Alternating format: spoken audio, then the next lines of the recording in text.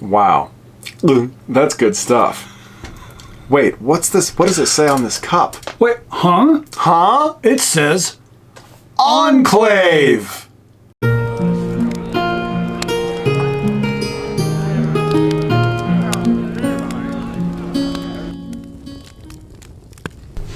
That's right, Enclave, our favorite diceless role-playing game. Isn't that right? It is. It is. It is.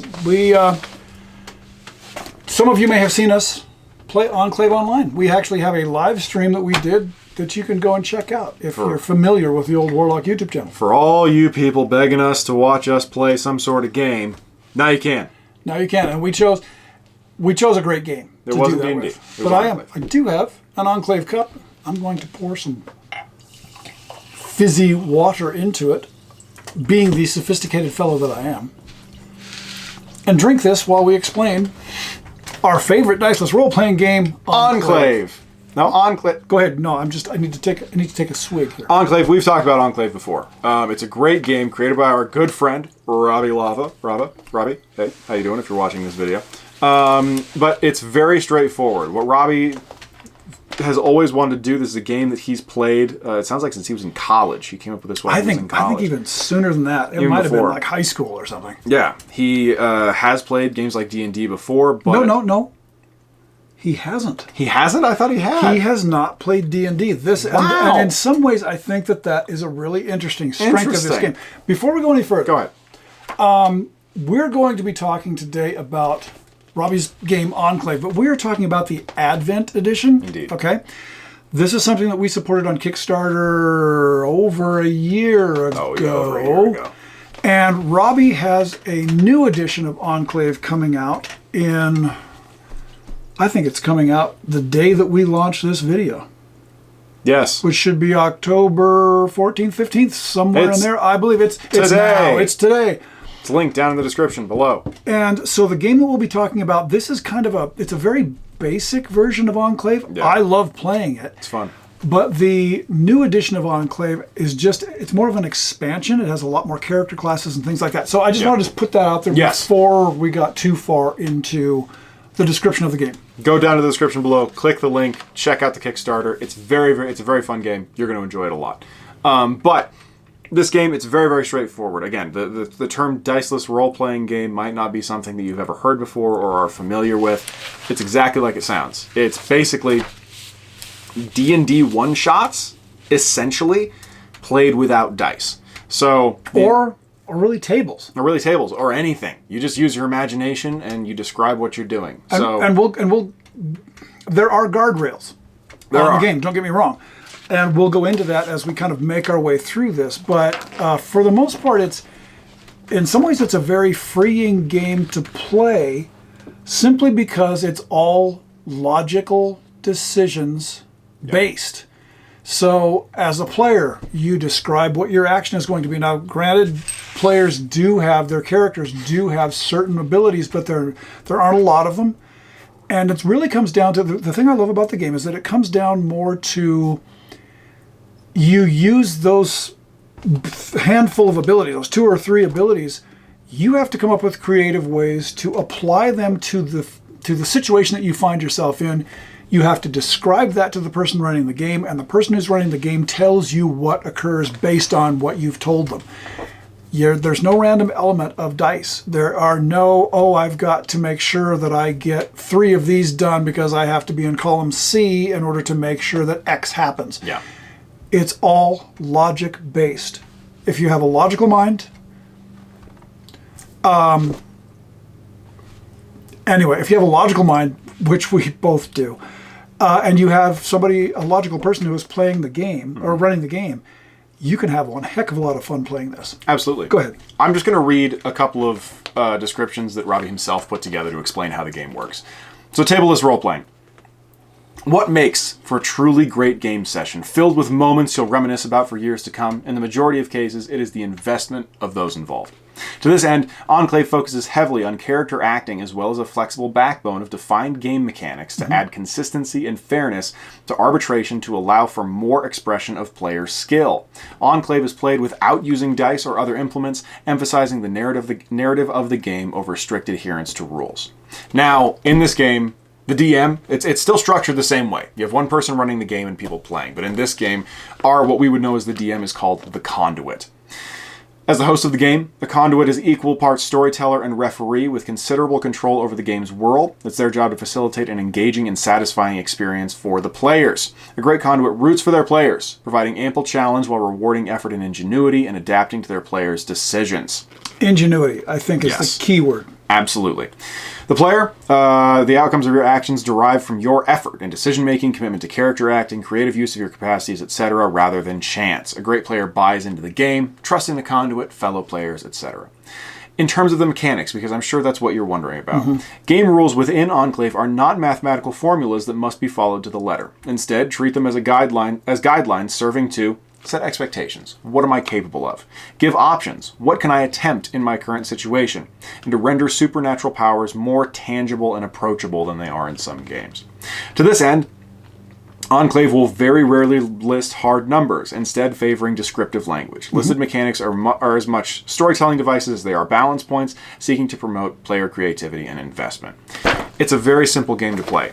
Basically, you create whatever character you would like using one of the character classes that are available. We'll talk about some of them here in a minute. And the conduit, the person running the game, creates a mission for you.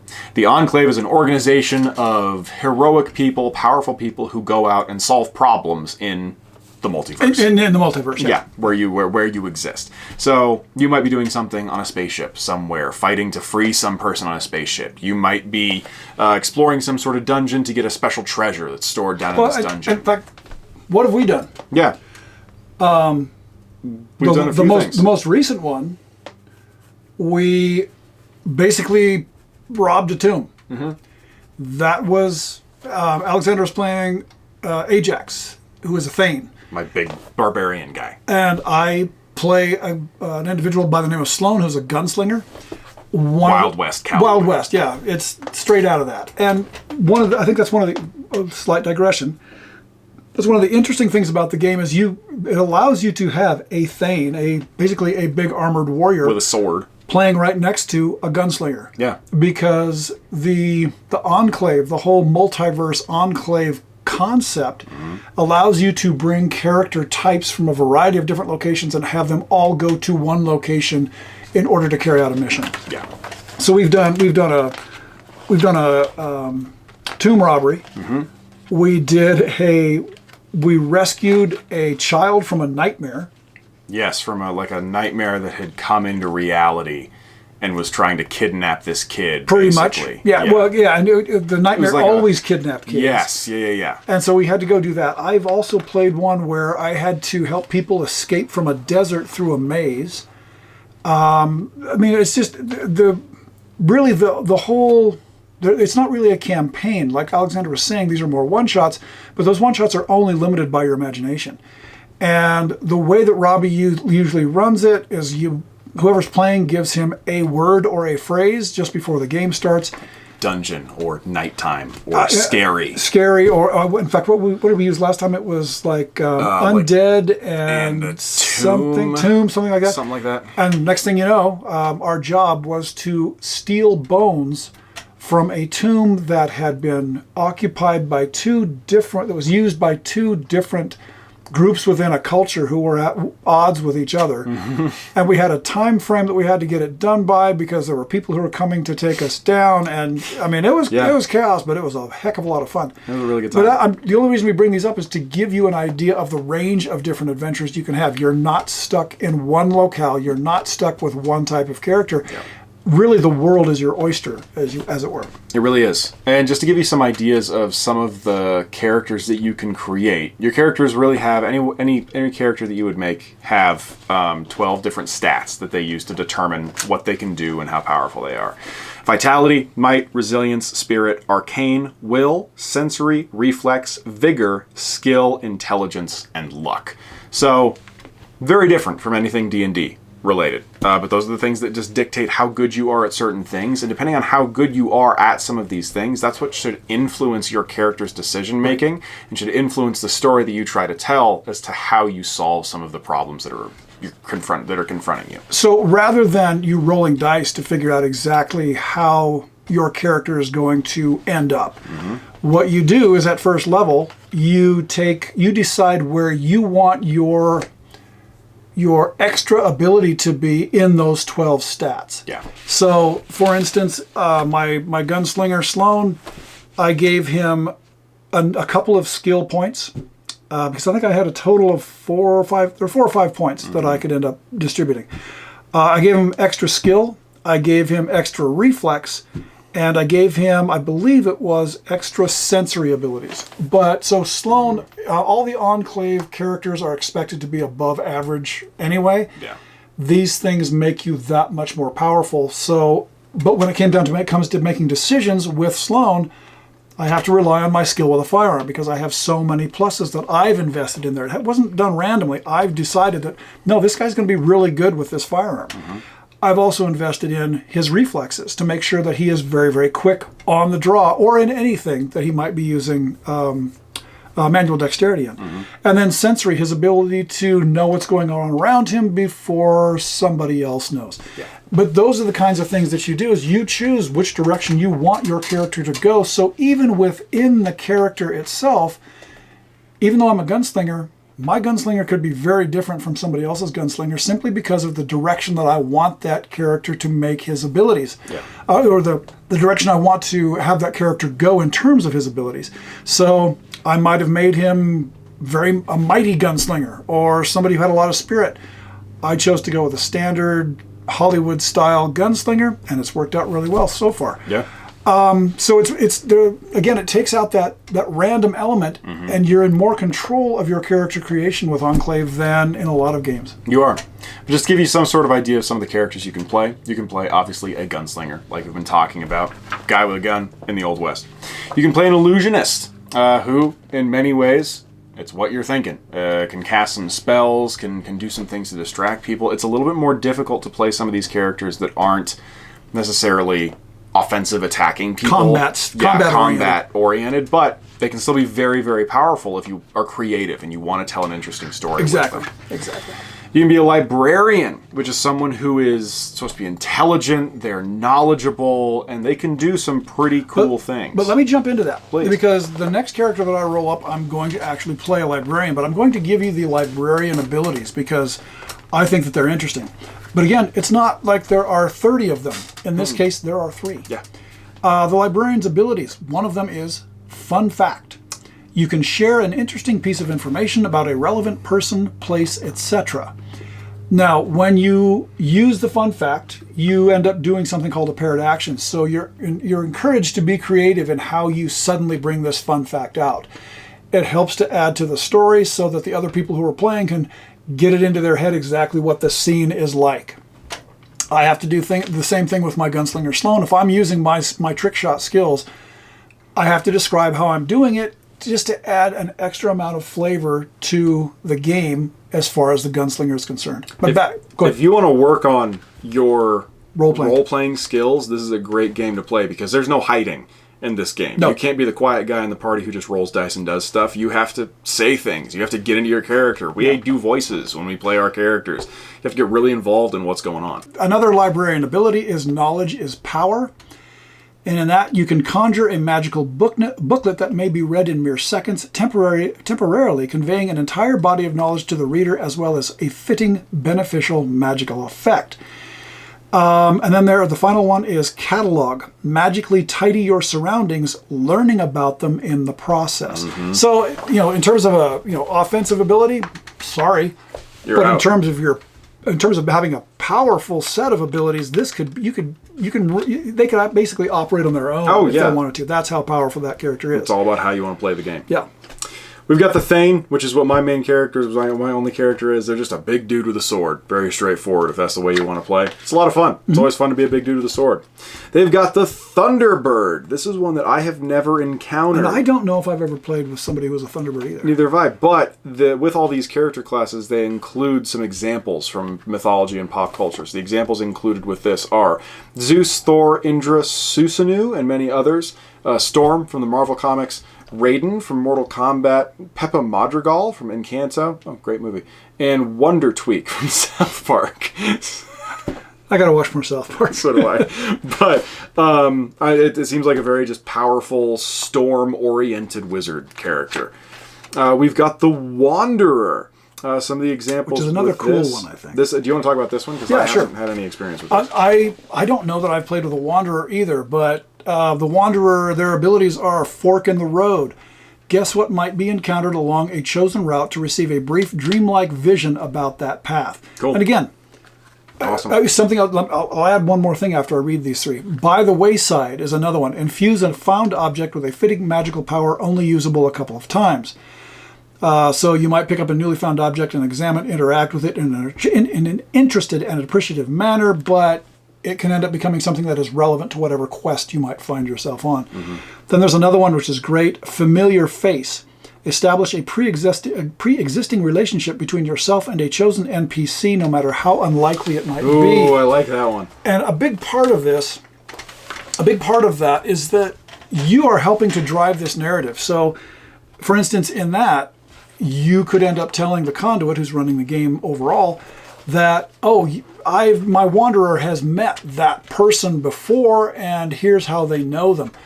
The conduit might try to figure out, is that logical? Does that fit into what has happened so far? And if they agree that it could fit in, then you get to integrate that into the story. And there are a lot of things in Enclave where you get to come up with pitches that you can give to the conduit to say, I had this, I want to believe that my character had this experience when they were in this other place, and that's going to give them an advantage in this present situation like this. The conduit can consider it, see if it's a logical element to integrate into the campaign or to the scenario that you find yourself in, and then you might be able to get away with it. And that's one of the cool things about this, is that you're helping, not overall, but you're helping to nudge the story in certain ways by making these pitches to the conduit. Now, something to keep in mind is that when you're using these abilities, every time you do, it wears you out. And if you use them over and over and over and over again, pretty soon you're not going to be able to do them anymore until you have a good long rest. So if my gunslinger Sloan goes out and guns people down using the magical side of his abilities, he goes out and he guns people down using that over and over and over again. He's going to have to take a rest pretty soon, or he's not going to be able to do it again. It's an easy way to get killed. It's not something that you can just do the entire time you're playing. You have to be careful about when and how you use your special abilities, which is great. The back half of this whole book really just gives you some suggestions, breaks down how the game is supposed to be played. As a player, what the expectations are of you, the best way that you can make your character as full and interesting as it can be, how you're supposed to interact with the conduit. Same thing for the conduit, an emphasis on narration, how you create the prompts, incorporating player input, tips on narration. There's some of that in there. Mechanical walkthroughs of some of the mechanics that might be more complicated that we didn't necessarily talk about here. It really gives you a nice breakdown of everything you might be curious about before you kind of jump into this much more free-for-all It is. RPG. That's really a good way to put it. Yeah. It's much, like we said at the beginning, it's much more open. It's much more reactive to the people sitting at the table and what they want to have their characters do and accomplish. There is a sample of playthrough in the back of this one. If this all sounds crazy, there's a great example, just like one of my favorite parts of the AD&D DM's guide is the example. But it gives you a great bit of insight as to how this all works. Some logistics of play, how all of the play works. It's just a good book. It gives you all of the information you could possibly need for progression, designing missions, how to set up threats. It also has some pre-constructed content if you are having a tough time coming up with some scenarios for people to go through. So it's a really good book. It's something we enjoy playing a lot. We have really enjoyed playing this, and I think that I've played it just a couple more times than you, I think. You played 2 more times than me, I think. And all total, the Advent edition of Enclave is 54 pages. Now, the next edition is going to be much bigger than this, with a huge number of new characters, and these characters are largely, I'm not going to say all, but they are largely driven by the community that plays the game. And so I think that it's going to give you more freedom of choice for certain types of characters that you might want to go and play. Again, what did I say it was? 54, 55 pages. I'm not exactly sure what the next one is going to be in terms of page count, but I think it's going to be a hardback as well. I think so. Anyway, we love playing this game. It's a lot of fun. It is a lot of fun, and you can. One of the other nice things about it is that generally your game is only going to run from 2 to 4 hours, and then you're done.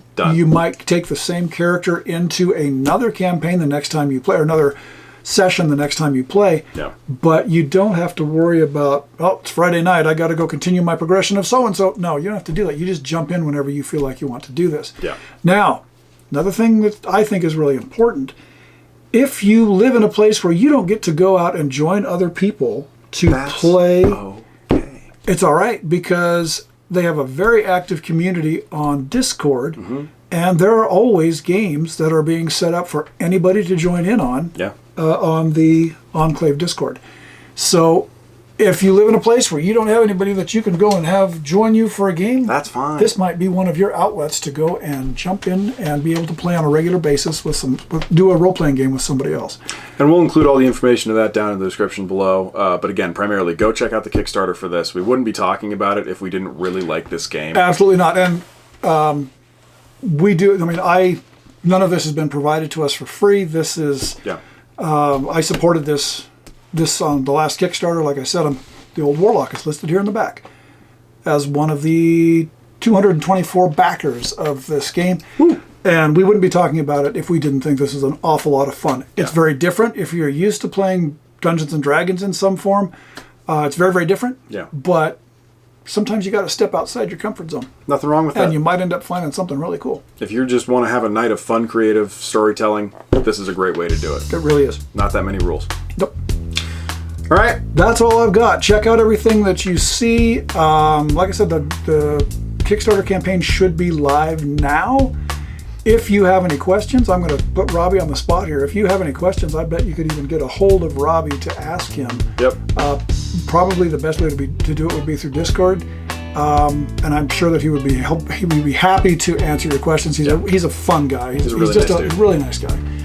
And so we encourage you to check out Enclave on Kickstarter right now. Indeed. So go click the links. Do it. That's all we got. I'm Jim. I'm Alex. Keep it short on free. Bye-bye.